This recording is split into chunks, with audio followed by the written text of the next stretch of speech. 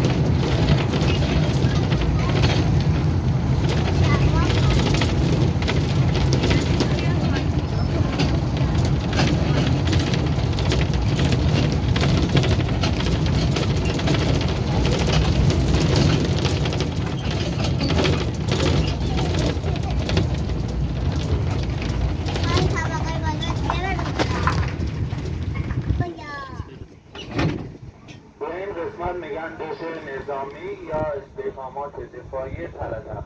یه سبک دیدبانی بوده که مجموعه کارها به همچنین محیط اطراف و تا کیلومترها زیر نظر داشتن. دش نظامی کاملا تخریب شده دوستان، فقط یه پنداسیون باقی مانده که اینم دیواری روبروه و داخل این دیوارها برای واسطه چیزی وجود نداره.